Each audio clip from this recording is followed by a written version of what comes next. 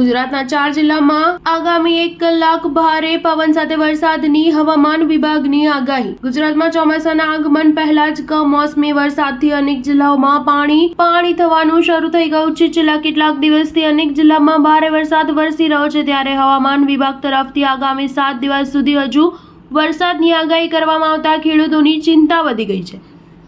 હવામાન વિભાગની આગાહી અનુસાર એક સાથે 2 સિસ્ટમ સક્રિય થતા આગામી 26 તારીખ સુધી વરસાદની સંભાવનાઓ વ્યક્ત કરવામાં આવી છે। જ્યારે આજે હવામાન વિભાગની લેટેસ્ટ અપડેટ અનુસાર 4 જિલ્લાઓ ગીર સોમનાથ, દીવ, જૂનાગઢ, પોરબંદર, અમરેલીમાં અનેક સ્થળોએ ભારે વરસાદની આગાહી કરવામાં આવી છે। આ સાથે હવામાન વિભાગે 60 થી 87 કિલોમીટર પ્રતિ કલાકની ઝડપે વાવાઝોડા સાથે વરસાદનું રેડ એલર્ટ જાહેર કર્યું છે। ગુજરાતના હવામાન વિભાગની આગાહી અનુસાર દરિયાકાંઠાના 4 મહત્વના જિલ્લા પોરબંદર, જૂનાગઢ, અમરેલી અને ગીર સોમનાથમાં 62 થી લઈને 87 કિલોમીટર પ્રતિ કલાકની ઝડપે પવન ફૂંકાવાની સાથે ભારે વરસાદની આગાહી કરવામાં આવી છે।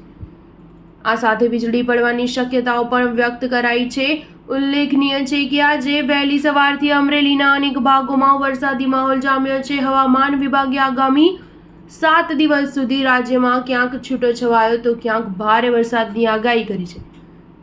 આગામી દિવસોમાં નૈઋત્યનું ચોમાસું કેરળ પહોંચી જાય તેવી શક્યતા છે, જેની અસર ગુજરાત પર પણ જોવા મળશે। ગુજરાત પર હાલ એક સાથે 2 સિસ્ટમ સક્રિય હોવાના કારણે 26 મે સુધી વરસાદી માહોલ રહેશે। બુધવારે 21 જિલ્લામાં વરસાદી આગાહી કરવામાં આવી છે। સ્ટાર ન્યૂઝ 7 હંમેશા સચ્ચાઈની સાથે।